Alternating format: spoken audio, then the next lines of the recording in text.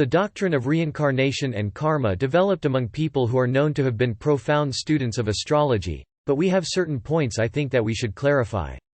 In the ages when these doctrines were in the formation, there was no essential science dedicated to the study of the universe except astrology.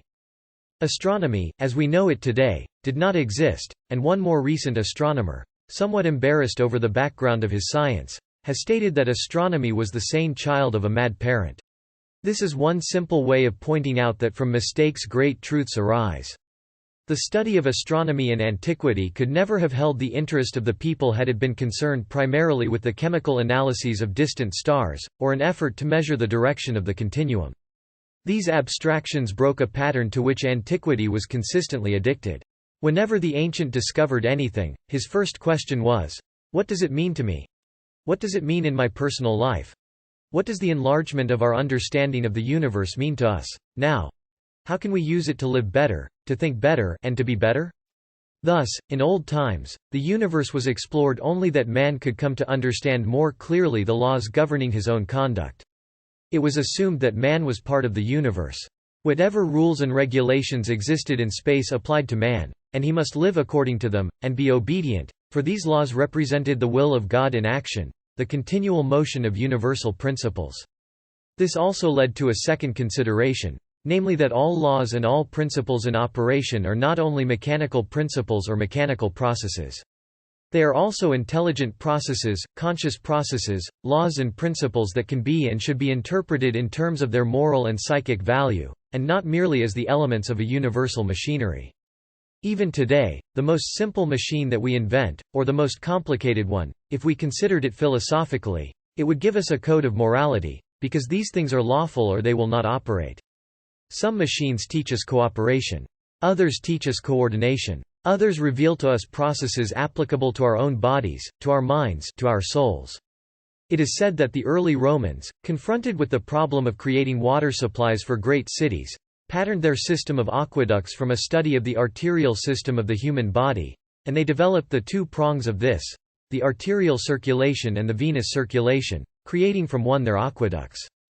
From the other their storage systems, and until they had recognized this law operating in man, they could not apply it to the needs of community existence. Thus it is that older peoples, forever observant and building their philosophies very largely upon observed phenomena, became keenly interested in observing all that they could, recognizing that in this way they could advance the social state of human society. If therefore, we wish to take this position, I think we can say that astrology, to them, was a kind of moral astronomy. It was the psychology of the heavens rather than its physiology.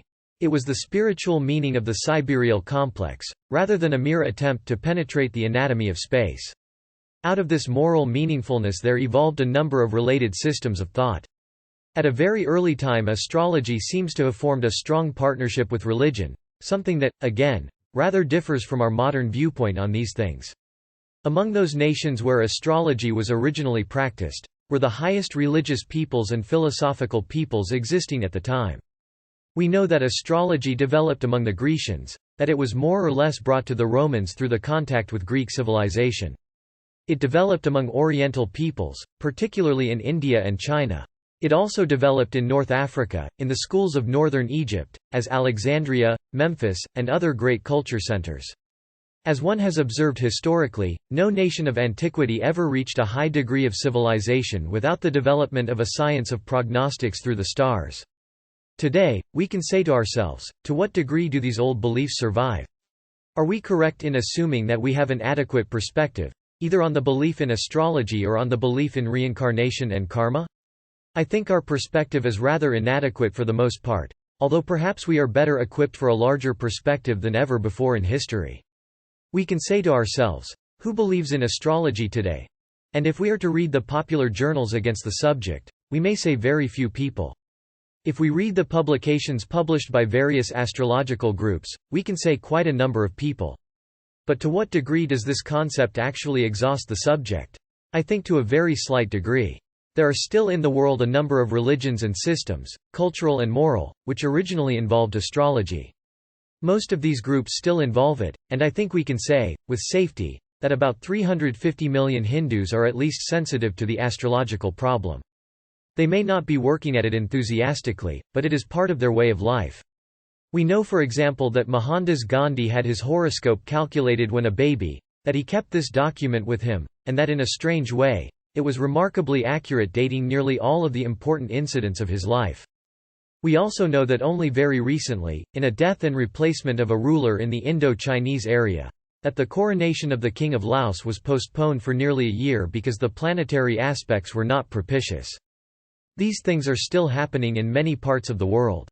Another vast area that is sensitive to astrology, as in the case of the King of Laos, is the Buddhist world, and while it cannot be said that all Buddhists are enthusiastic in this department, it is again part of the tradition that has been handed down to them, and it does affect the governments and the administrations of nearly 40 Buddhist nations today.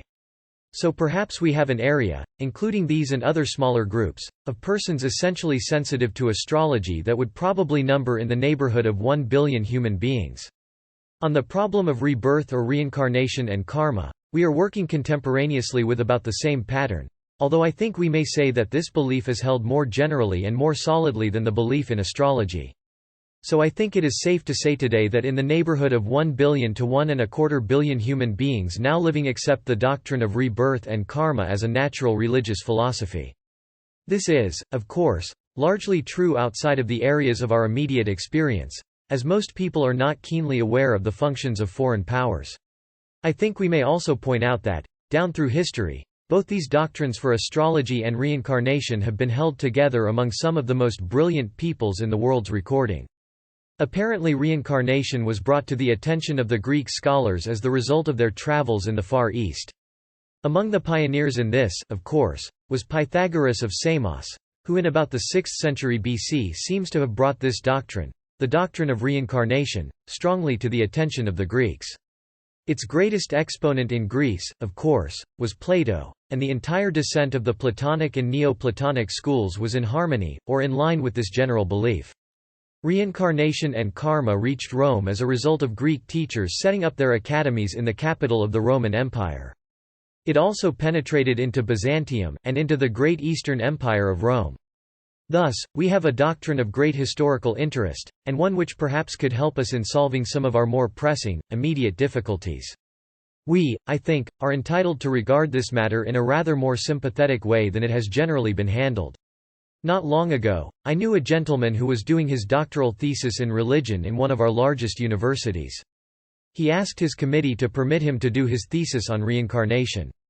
I think the committee was a little flabbergasted at the prospect, but having had a quiet session among themselves, the committeemen reported favorably on the project.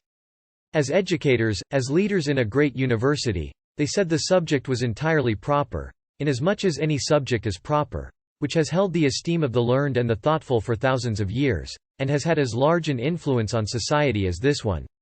The main problem was that such a thesis must be handled in a manner fitting to a doctorate degree. It must be carefully thought out. It must be adequately documented, and must indicate the research and thoughtfulness of the person preparing the thesis. The thesis was prepared, it was of the quality necessary, and the doctorate was awarded. So you can handle these subjects, even in our unbelieving world, if you want to handle them adequately. I think that brings us to our problem today, namely that believers in these things should not develop an inferiority complex on the grounds that they are isolated sufferers against a cruel world.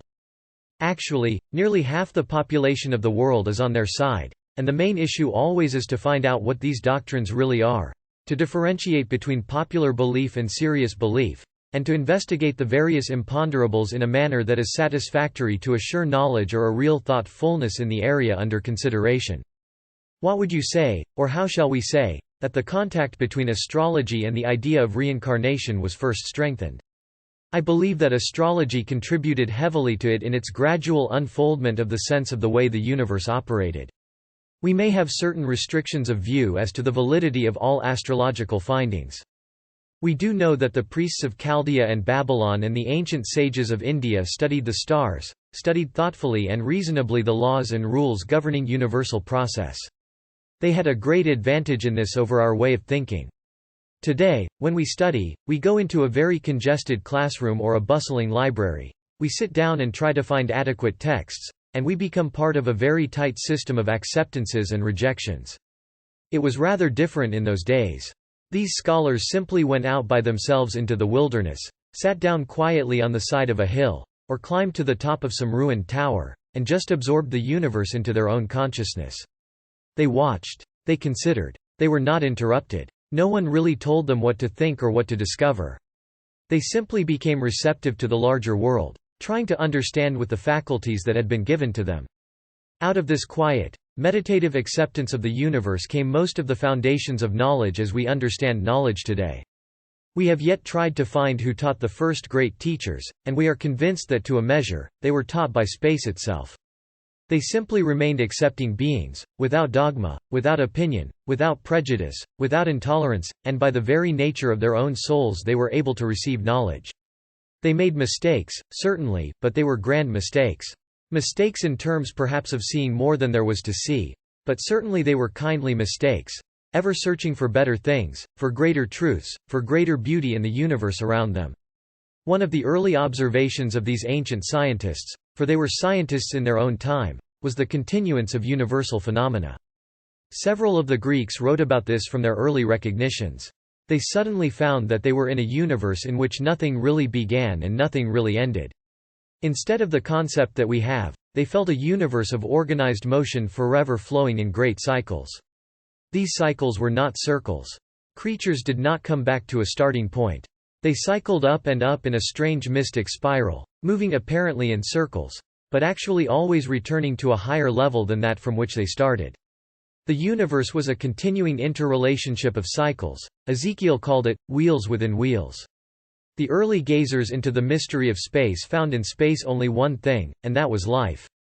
They found life everywhere. They observed that this life was constantly changing its appearances, but its substance never changed.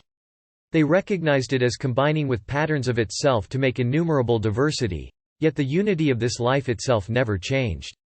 And living under a heaven that moved in incredible arcs of time, yet with the recurrence of the annual seasons, the recognition that in the springtime life came out of the earth, that life unfolded and developed and bore its fruit and its seed, and then it seems as though life died, but life did not die. After the long cold months of winter, life came forth again in all its grandeur at the following equinox. Thus, the system of the universe told something of birth and growth, maturity and decline, of death and of resurrection. For in this mystery, our ancient forebears saw forever resurrection, the restoration of life and all their theologies and all their doctrines. And this extended down to the most primitive of peoples, who recognized this mystery of life coming forth, of life restored and resurrected from the mystery of death, and those especially who inhabited what we call temperate zones were particularly aware of the continual program or procession of life moving on through space. It became very difficult for these ancient peoples to take death seriously. They recognized naturally that forms die, but they recognized also that trees seem to die in winter. They realized that the human body could not be preserved as the tree was, although in some areas, they tried their best to preserve the body through mummification and other religious rituals. But most of all they came to the conviction that life was a reality, and that anything that seemed to deny that reality was itself some way false or misunderstood. Thus, the doctrine of the immortality of the human soul was certainly largely sustained and supported by the study of the universe, and most of all, not only was this immortality recognized, but that it was a lawful, reasonable immortality was also strongly believed. The ancients could not conceive of anything living for no purpose. They could not accept the idea that the life of the human being was an isolated experience. They could not assume that everything in nature was unfolding according to law, and man was a strange, little separate creature, that accomplished very little and hastened himself and his neighbors to an early grave. They did not admit that this could be true. They recognized therefore that in some way the life of man was important, that it was part of nature. That in man moved the same forces that moved the stars. That in man the same laws were unfolding that maintained the universe, and therefore that man had to be just as important as any other unit in the great universal system. This unit had to also have its own immortality because nothing really died. Out of all of these considerations, there came the final conclusion that man as a being had a destiny with the destiny of all things, that he did not have a separate, little destiny. Man was not created by a peculiar, separate procedure. He was not simply given domain over nature, he was nature. Nature existed in him, but he was given certain faculties and powers not generally observable in other creatures, and by these varied faculties and powers he was given a certain leadership, and was given the privilege, the opportunity or the responsibility to cooperate in the natural processes of things. Man was the only creature that the ancients knew capable of cooperating, consciously and intelligently, with the purpose of universal destiny. This attitude led naturally to the enlargement of philosophy and religion, morality and ethics.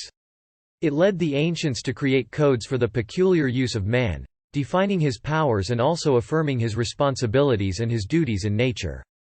So it was a common observation of course that all creatures were born into a kind of nature, were born into a world that was governed by the peculiar laws which we call natural law, as contrasted, rather improperly, with divine law.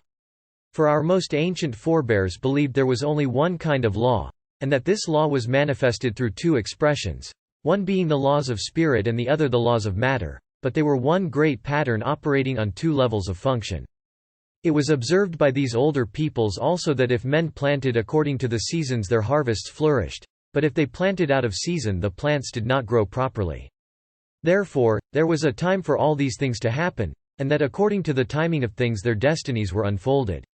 It was further observed by these people that in nature, particularly the plants and animals, mating was according to season, or that growth was according to season, or pollination, or the casting of seed from plants was according to season, but in man fertility was continuous. But this does not mean that there are not certain seasons that produce their own harvest. It was therefore only a step to assume that man was a highly diversified being, and that therefore many kinds of seasons existed for him, and that he was born in one period of the year, his destiny could unfold in one way, that if he was born in another period that he came under a different group of seasonal processes, yet man was capable of maturing and fulfilling his destiny when born under any season. Thus seasons became not problems of life and death, but of directive of the direction in which things move, and how rapidly this motion can be accomplished. Naturally our forebears were much concerned with the mystery of birth. To them, a life coming into the world was subject not merely to our biological considerations, but to things seen and observed by an empiric process. One thing that the Chinese noted at an early date, and so did other people, was a physical phenomenon of a rather amusing, but perhaps intriguing, import. Most small children, most newborn babies have about them a strange and abstract look of age. There is nothing that looks much older than a brand new baby. It enters this world with the most quizzical and difficult expression. Although its features are yet ill-shapen, it has something about it of a meditating sage, of an ancient grandparent. It looks upon life with the pessimism of great years, even at the beginning, and expresses this pessimism usually by entering into this world in a fit of tears and howling. Also, one of the first things that happens to it when it gets here is to be spanked. In other words, it is only by punishment it seems to be able to live. All these things meant something to our remote ancestors. They were very observant. To them all of these were symbols of some real process in nature. It was also soon observed that the small child coming into the world manifests as it begins to coordinate a kind of unworldly wisdom. Children are not just as ignorant and helpless as we would like to think they are. Physically they have very little to support them, and they are born less fortunately than the average animal. But in terms of culture and in terms of innate life, the ancients observed that children had a grasp of things, a grasp of value. Long before they were old enough to reason for themselves they were able to ask questions that their elders could not answer. Thus it seems that the small child is born into this world with a natural inquiry, a desire to know, and that gradually, by the various processes of our way of life, this natural hunger for learning is not fulfilled, but stones are substituted for food, and by degrees, this natural inquiry is blunted until the person, having reached the age of reason, begins to live unreasonably. This is the way in which we seek to solve this problem. It was inconceivable to the ancient peoples that this life in man, by which he was a living thing, was actually conferred by birth. It seemed to the ancient more definitely that this child, this little one, was more than a mere physical thing, that if it was simply physical, it would remain so, but somewhere in this newborn babe was locked the mystery of a Plato, or an Aristotle, or a Leonardo da Vinci, or a Raphael or a Michelangelo, something within this being. Although the creature itself was small and of slight concern, yet there was within it something that could change the world. No one could know what was locked in the soul of this new-born babe. Whether it be a genius or a tyrant, whether it be great or mediocre, only time, situations and conditions could reveal. So the older peoples held this constant state of observing inquiry, of trying to understand, of the kind of creature that was coming to be part of their lives and homes. This led to further consideration of where this child could have been prior to its arrival here. Was it new? Was it something that had never existed before? Was it simply a product of the generative processors of its parents? Why did it come? From here it came? Why did one child come among the patricians and another among the commoners? Why was one born into the races that were dominant and others born into races that were subservient? There seemed to be no explanation for this, and yet it worked a strange and mysterious hardship upon the child. For if it was an unfortunate birth, this child was very heavily conditioned against success or against the maturity of its potential. These things led to an effort to rationalize, to find some reason why a child was born into a peculiar destiny, why it was born into this world at all. Why, if it was born, it could not have been created by a creative feat, the mere speaking of a word. Why this creature had to pass through all these periods of growth and development in which it was a burden to others in itself, why it would later fall into decrepitude. These problems caused the individual to attempt to restore, in his own thinking, the divine plan operating in nature. Our older philosophers and scholars realized that this plan itself had to be right, that whatever system of reasoning they used had to sustain the facts and also had to give to these facts overtones that were great enough to make life significant.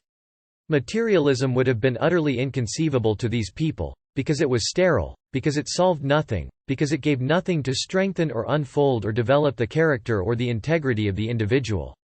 To meet this problem, there were only 2 or 3 possible answers. Either the child had to be a newborn babe coming into this world out of nothing, by some strange and mysterious act of providence, or it could possibly be regarded as merely the projection of its ancestors, the continuum of a life thread from generation to generation, this thread conditioned always by that which had gone before. By this means, or by this concept, the sins of the fathers descended under the children, under the 3rd and 4th generation. This was perhaps a neat bit of figuring, but it was a little hard on the children, because it suddenly caused the individual's personal character to be victim to his forebears, and he was predestined and foreordained by a destiny over which he had no control to be a slightly dishonest because one of his ancestors had been a celebrated buccaneer. This did not answer too much or give too much reality to the problems of living. The only other answer seemed to be that the individual is here because of something that he himself had done. This was a rather complicated situation, and it also annoyed the Pharisees quite a bit during the period of the life of Jesus, and therefore Jesus' question as to whether or not it was this man's sins or his father's sins that caused him to be born blind. Now, had there not been some question in the popular mind of the day, how would it have been framed that a man's own sins could have caused him to be born blind? The Pharisees, of course, generally held reincarnation. Therefore their question evidently was pointed in this direction, namely that there was a possible explanation that the individual was fulfilling himself, that he was not a blind product of blind destiny, but an unfolding creature by whose very nature this unfoldment had to extend over a longer period of time than the opportunities of any one life could provide. This is interesting, because the Greeks and the Chaldeans were working on it. For example, we have something we study today called history. Now history is the unfoldment of the activities of human beings over long periods of time. It is a record of the growth of races and of nations, and of systems, and of the rise of individuals of prominence, yet most persons living today can only read history of any time, except their own. Some people would kind of wish they could have been born perhaps in the Golden Age of Greece, where they could have studied with Pythagoras, or Plato and Aristotle. Others would like to be born 1,000 years from now, when they hope we will have more common sense than we have today, and that our affairs will go better. One of the most common things to observe is that the individual is not quite certain that he was born in the most fortunate period. This has been common to all periods, and every generation has questioned the delight of belonging to a larger historical cycle. But if there is any importance in history, if the experience of the race from the beginning is meaningful, what does this mean? It means that humanity is moving through a vast cycle of time. There have been some recent revisions by anthropologists as to the probable age of the human being in nature. Not long ago, it was a comparatively short cycle. Today, anthropology has decided that man has been here as man, not less than 1 million years, perhaps longer. It'll probably be 5 or 10 million years one of these days. We are pushing this boundary back. In any event, man is here for a long experience, and history is the unfolding of our reaction to every kind of stimuli. It is the story of the growth of our governments, the growth of our arts and sciences, the growth of our cultures, the unfoldment of our religions and the gradual enrichment of our arts and crafts. All of these things are continually unfolding, and will do so into the future, and in the midst of this, at any moment, we place man as an individual with 70 or 80 years of expectancy to keep us off the freeways. This situation seems to mean that the individual, at any one time, is framed by past and present, and like an unrolling scroll, only a little part of which is seen at a time. His own life is rounded by an unconsciousness. He has no distinct relation to the past except in terms of a book he can read. He has no relation to the future, except in the thought that perhaps his descendants will be better than he is. Yet how is this going to contribute to the perfection of the human being now? The only answer is that man is not going to be perfect now, according to this concept. That the human being is going to live and die as a tiny segment in a process of universal motion. What does this accomplish? Suppose there is some place in space where those who have accomplished in various ages rest on their levels of accomplishment. Where somewhere in the background was a highly benevolent, very kindly, well-disposed, old witch doctor. He had lived perhaps long before the age of reason as we know it, and the best he could do was rattle a few bones and say a few prayers or magical incantations over the sick of his tribe. But still, he was well loved and well honored in his day. There he is. Thousands of years have passed, but he is gone, and if he is resting anywhere in space, he is still what he was. There seems to be no way of changing this. He would have a little difficulty in communicating adequately with a scholar from the golden age of Pericles. He would be a man with great erudition, great understanding, great sympathy, but with perhaps a rather limited perspective on the things that modern people consider to be essential. He would be on his level. He could scarcely really fraternize presently with the witch doctor, who would not understand him, even though he might understand the witch doctor. Then there would be modern man with his arts, his sciences, his machines, his projectiles into space, his innumerable gadgets and commodities, his modern attitudes on everything. He would seem to be the apex of something, at the moment, the apex of emergency, but we hope to get by. But 10,000 years from now, where will he be? It will simply be part of the experimental dust of the past. Others will build upon whatever contributions he left, and hope to correct whatever mistakes he made, but he is gone. Thus man himself, in this great process, observes the total enfoldment of his species. He sees his own kind moving triumphantly from one experience to another, but actually, he can never share in it. He can only share in a little thing called now, and then he is gone, and then he's going. He loses all contact with what appears to be the purpose of existence, and that is the unfoldment of man. Humanity unfolds, man dies. This is one of the scientific adages of our time. The collective gradually enriches, but the individual forming the collective may perish as impoverished as he was born. Such did not please ancient thinking. It said, it just won't work. If that's the way it is, we might as well all lie down now and end the process. Actually, there has to be some way in which the individual life moves with the great motion of existence, and to meet this, the ancients created the doctrine of rebirth, so that the individual, even though today, he has no memory of the past, yet he was the past. This great story of history is his story, the story of an unfolding consciousness, moving through the infinities of time. That man himself passes through this whole great pattern, and the duration of humanity, whether it be 1 million year, or 10 million years, or 1,000 million years, this duration of humanity is also the duration of the individual. That he himself is part of a great wave of life, that this life wave is forever moving, and that he moves with it. Sometimes he moves with it visibly. Sometimes he moves with it invisibly. Sometimes he belongs to that part of the wave of life which is embodied. Sometimes he belongs to that part which is not embodied, but we know there is an unembodied part, because it is forever producing bodies. Therefore, man belongs either to the production or to the power which causes production. He is either among those things now manifested, or he sleeps, waiting, manifestation in that power which manifests all things. This seemed to make a good, common-sense pattern to individuals who had the peculiar sense of honesty. Honesty has something to do with the rights of things, the rights of life, the privileges, opportunities, and duties of life. It does not seem entirely proper to these older peoples that man should ever experience what he does not deserve. They had no concept in those days of man being forgiven everything and allowed to do as he pleases. The ancients realized that man could make mistakes, that he would make mistakes, But they also came to the conclusion that mistakes are not as big as life. That life and history record infinite varieties of mistakes, but life goes on. Some men make great wars, but life goes on. Some have been despots, some have been fools, but life goes on. Therefore the mistakes man makes are little things, but his life is a great thing, the only thing that endures. He can hurt himself. He can squeeze himself into a philosophy unfit for him. He can injure his own character. He can bring down upon himself the punishments of society.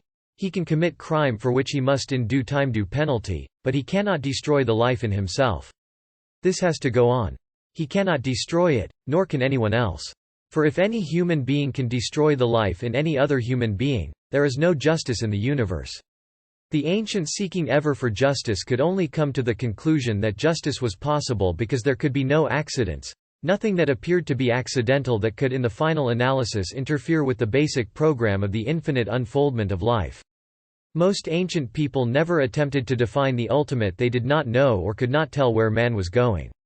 The only thing they could believe was that man was getting better, and that whatever he built, he would build continually from greater insight and greater experience, and at the remote ends of things, man would come to the fulfillment of his potential, which means that he would be capable of a continuing, virtuous existence in place or in space, in time or in eternity. Obviously, this began to move in terms of inquiry. Ancient man began to try to understand in some way this plan and how he could cooperate with it. For in all times, men like to think of cooperating with the universe. They like to. I have the idea that they did obey, rather than that they had freedom to be disobedient. They had already observed that this freedom for disobedience led only to tragedy. The great moral structure of the human race was created before men could read or write, but was created out of the continuing observation of the experiences of existence. So man came at least into this world at a time called birth. Whether it was his first birth or his 500th birth, he was here. He came here, not however entirely helpless in character, perhaps more helpless in body, and as body began to grow, it seemed to provide greater means for the expression of the life within it, and no matter how much man grew, this life grew also, giving him a continual power to direct his own character and his own conscience, giving him the incentives and the dreams and the ideals to build a better world for himself and others. Thus, it was life growing through body that became the redeemer of the race, became the hope of glory for all the children of the earth, and when the time came for the child to make its appearance in this world, it was customary to bring the physician, or at least to make careful note in the ancient water clock, or whatever system was used of the time of this birth. In an important birth, certainly the physician was present. And the physician was also the astronomer. He carefully noted the hour, the minute, and the time by the best methods available to him. He observed the positions of the heavens, and it was his usual process to immediately retire, either the same night or the following night, if the child was born in the daytime, make the necessary calculations, and observe the positions of the heavens directly from the sky itself. From this process, with simple instruments, he prepared the nativity of the newborn child. This nativity was then solemnly presented to the family as a guide in the development of the character of that child, and it would be quite wrong to assume that all these nativities were encouraging. They were not. The faithful physician, astronomer told what he believed to be true. If he saw a fatality, he told it. If he saw danger, he unfolded it. He did not simply prepare flattering documents. And many of the older nativities which I have examined are far from optimistic. They were not simply flattering productions.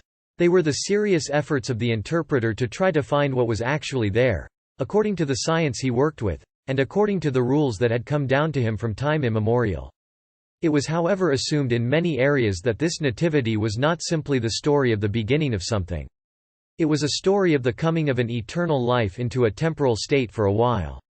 Thus the nativity, as it was set forth, seemed to carry with it something that has always been difficult for us to accept or to understand, namely a prophetic quality. A quality which implied that the individual's life was at least under a certain general direction, that when he was of a certain age it was most likely he would do certain things, that he would be subject to certain dangers, also that he had certain potentials or powers specially developed, which might lead him to a certain profession or craft or trade. These things were discovered from the unclear of the child at birth, and thousands of cases are on record in which these predictions have been startlingly and amazingly accurate. This of course led our ancestors to the brink of another dilemma, namely the danger of a fatalistic attitude toward life. If these things could be predicted, then man was not a free agent. He was in some way in bondage, and it was necessary then to explain how a person could build his own career and yet be subject to fatality beyond his control. It was in this process of consideration and thought that the doctrine of reincarnation and karma moved in upon the astrological field and gave it a certain new directive.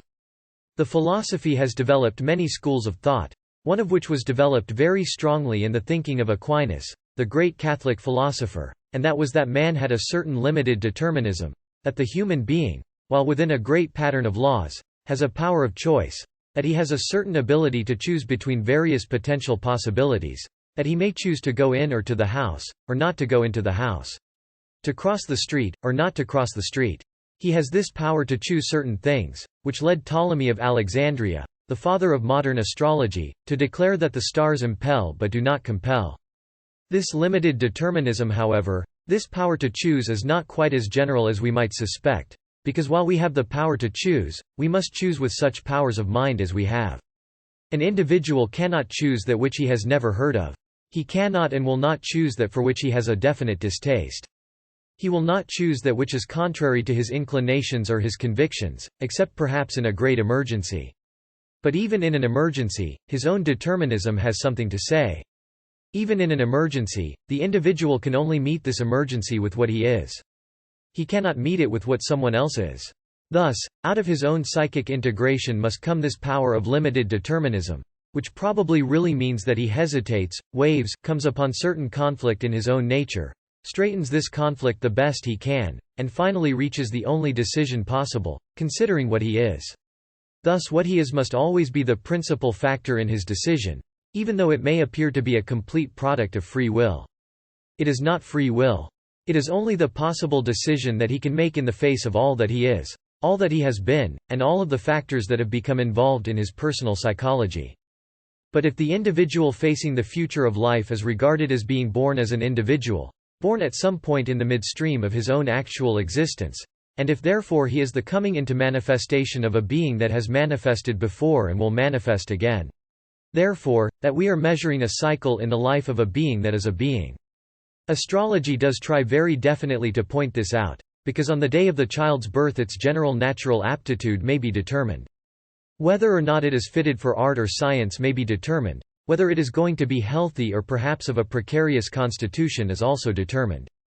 Consequently, the individual is born with a character, born with a destiny, born with a condition, and the only way in which this can be honorably and honestly true is that this individual is born at a certain stage in the growth of himself, and that therefore behind him are things which he has done, before him are things which he has not done, and according to the degree of his own integrity he comes in, strengthened or weakened in resolution and capacity.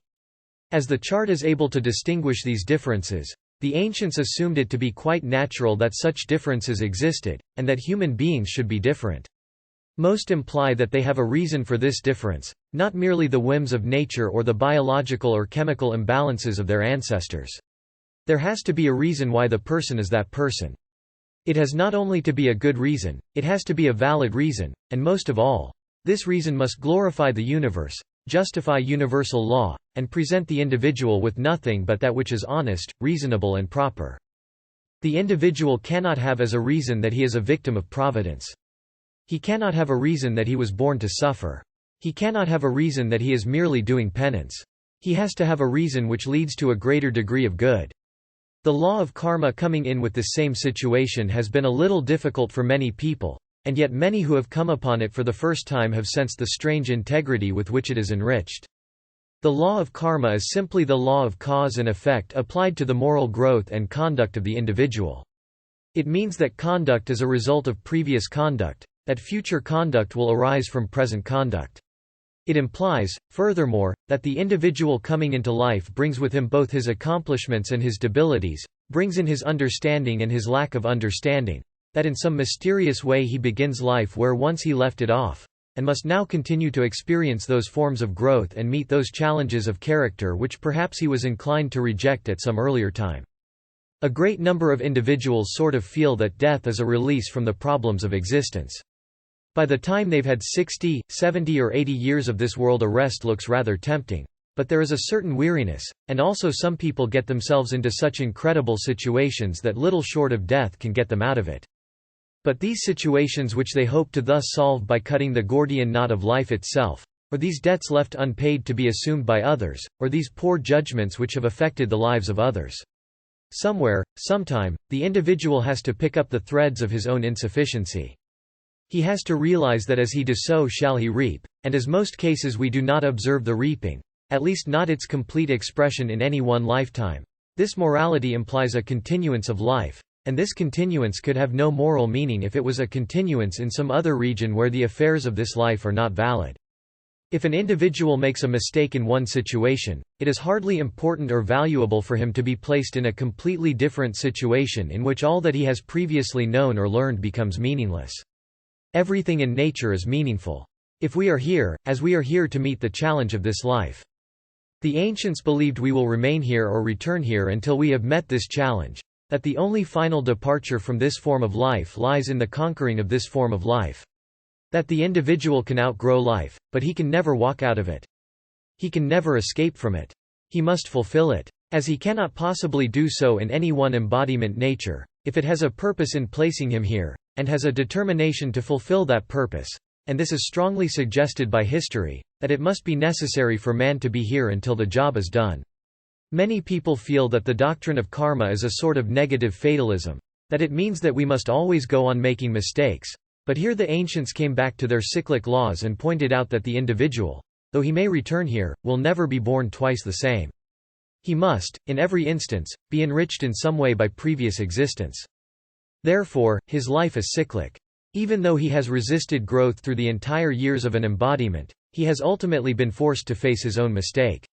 He can grow by positive acceptance of progress, or he can grow by the gradual negative realization of the tragedy that he brings upon himself, but grow he must. Nature has so ordained, and the stars in their courses have fulfilled this purpose to the ancient thinkers, having come to this parallelism, by which astrology becomes the instrument of determining the immediate destinies of individuals, pointing out the strength and weakness of character, where they have natural tendencies, which could cause difficulty, where certain phases of their nature have been highly developed and others neglected. So that, in a way, if this subject could be completely handled, it would be the story of man's present state, based upon the fact that this state itself becomes the power moving into embodiment. The individual is moved into embodiment by what Plato calls the principle of necessity. Therefore, he is born in a time, and at a place when that which is necessary is possible. He has moved into embodiment by the very need of his own consciousness, and this need, moved by nature and by the exact machinery of the universe, causes him to be born in that time and in that place in which these needs can most immediately be met, and every part of his composition, biological and psychological, is keyed to his need. Therefore he is born when he is born, and where he is born, because of what he is. This seems to produce a very great need for an exactitude in the universe, and we have come to hope so desperately that there are accidents, and that one of these accidents would enable us to enjoy something we haven't earned, that we hate to face the simple facts of a completely ordered universe. But if we look out into space to the immense galaxies of life evolving there, if we look down through a microscope, into the infinite diversity of minutiae, if we study the cellular structure of our own bodies, if we examine the structure of the atom and the electron, we must finally come to the realization that in nature an exactitude is always possible.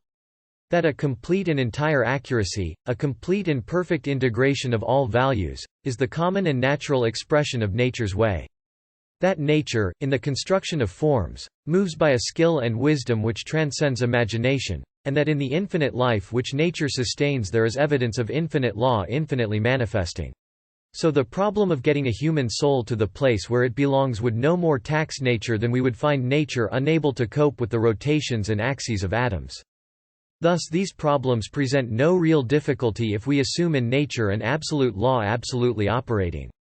It wasn't long in the course of the struggles of things, that the doctrine of reincarnation and karma began to intrigue the astrologer in another way. Would it be possible, is it conceivable that, from the chart of the individual, it would be able to tell something of where it came from and something of where it might be going? In India, this is a common procedure, and in Eastern astrology in general, the problem of a previous embodiment is assumed to be a correct or proper astrological consideration. On what ground would this be regarded as valid in the terms of astrology? It is not valid only in terms of astrology but theoretically, and particularly in ancient thinking it would be valid of any form of character analysis. It would be valid in every psychological test that we use today, because actually, these tests tell what we are, and what we are tells very largely where we came from, and how long it took us to get to where we are now. It is obvious also that from these tests it is possible to distinguish what might be termed more rapid or less rapid advancement among people.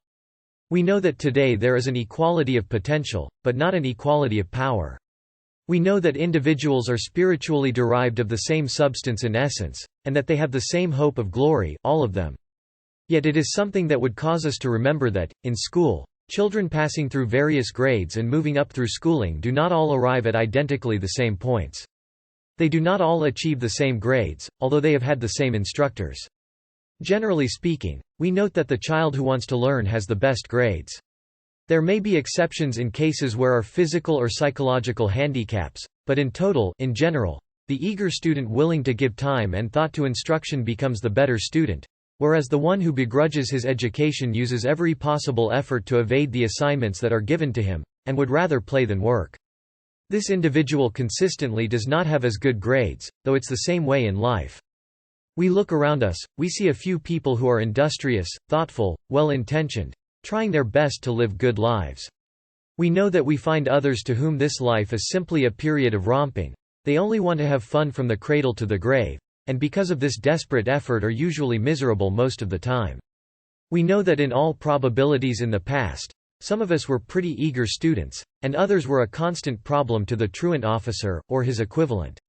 We also know that some individuals had a natural aptitude for certain studies, others did not, and now we observe these markings in the newborn child.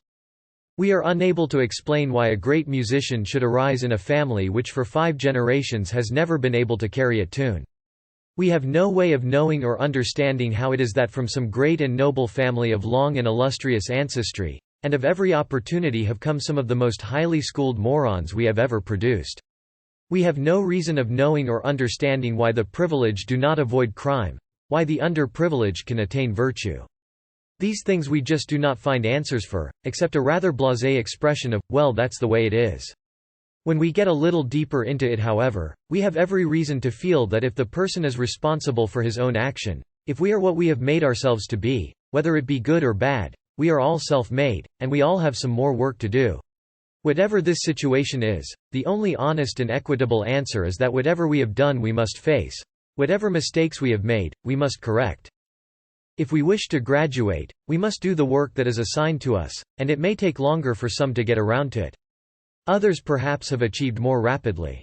For some of the noblest souls in humanity that we have ever known have passed out of this world more than 2,000 years ago. Yet at the same time, in the terms of that which is to be known, they were the first to admit their own limitations. So we have a world which, if we are moving according to law, can be a pretty good world, a world of fairness and justice, and a world that might be of great value to our modern thinking.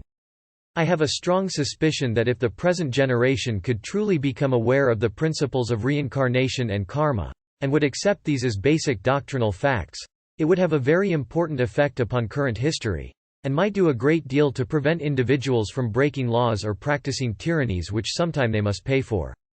It is this wonderful hope of modern man that he is going down to the quietude of the grave and that his honors will be here, and that he has no future to worry about or to fear, that allows a great deal of despotism to flourish among us.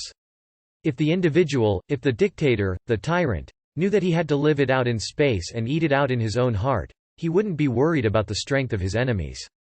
He would be worried about the weakness of himself, and this would be a most desirable situation.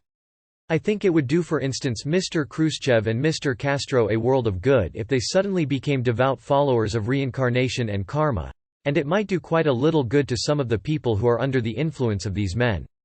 It wouldn't do a bit of harm either for a large number of our own industrialists, economists, political leaders, to be indoctrinated with the same ideas.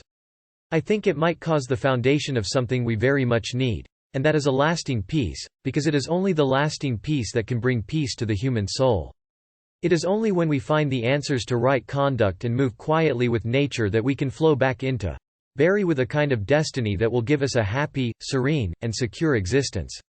It is perfectly possible to be happy in this world, but you have to earn the right. You have to earn the right by graduating from a school of misery, a school that is based simply upon ignorance and compromise. So I think these old ideas could have some meaning for us right now. In Eastern astrology, the effort has been made to indicate how this particular problem could work.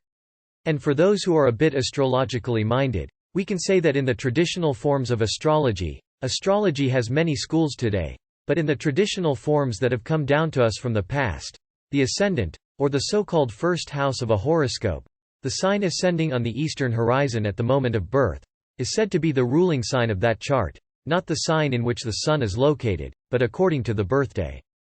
On this eastern angle therefore, the ancients and the East Indian astrologers placed what they termed the now point at the moment of that ascendant we were born, and we were born into the present life of ourselves. We were born into the present cycle of our experiences, and into this cycle we brought something. No one comes empty-handed into this world, we all bring something. We all bring some potential. I have been discussing a little of this problem with some rather outstanding people in the field of child psychology, and they are beginning to accept, more and more generally, that it is impossible to assume that the child is born with a consciousness like a nice, clean sheet of blank paper. There's someone been scribbling on it before it got here.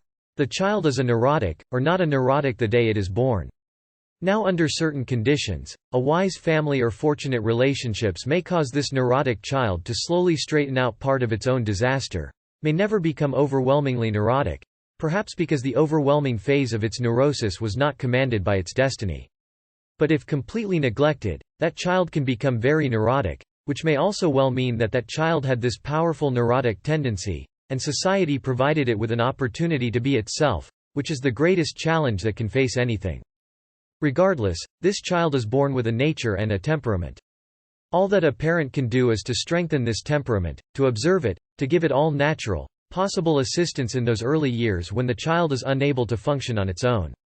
The parent, however, cannot create a temperament, nor can it completely frustrate a temperament. The temperament is there, but it can be inclined. And as this is inclined, in one way or another, the possibilities of the child bringing positive values to bear upon its problems may be increased, but always the parent must work with the available reservoir of potential that that child brings.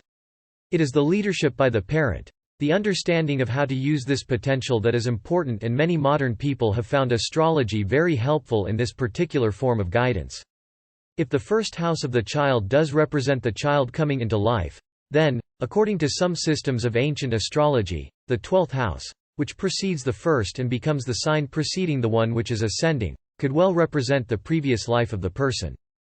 In Western astrology as taught by such early masters as Lilly and Gadbury, the 12th house was a house of secret things, of sickness, of imprisonment, of exile, and of the so-called negative destinies of things, if they apply to the individual.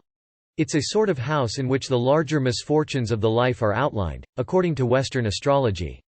To the Eastern this represents that which was the previous type of embodiment. Therefore, by turning the wheel of a chart so that the 12th house is moved to the ascendant, it was the belief of many peoples that a general indication of the previous life of the individual could be found, that it would then be the kind of a horoscope that that individual might have had the last time he was born.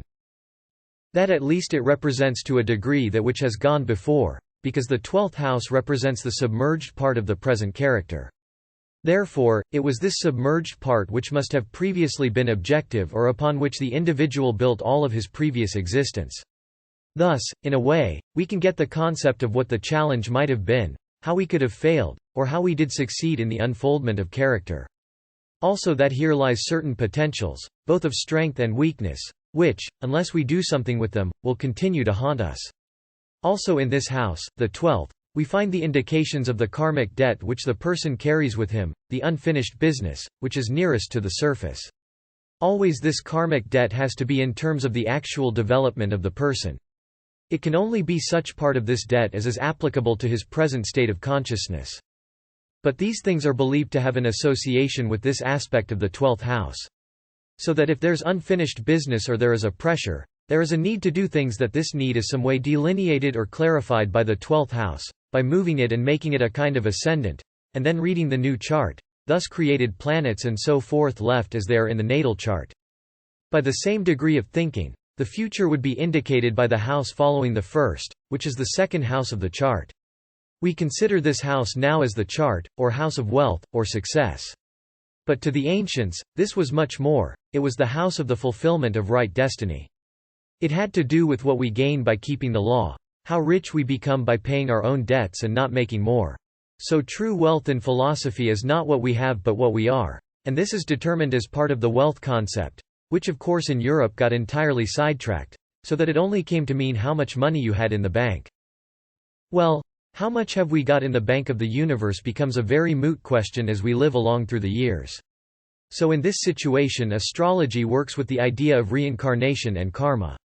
They operate as a kind of pattern, each interlocking with the other, and if we use either we can gain a greater insight into the other, because we can recognize the great procession of life, the great motion of ages.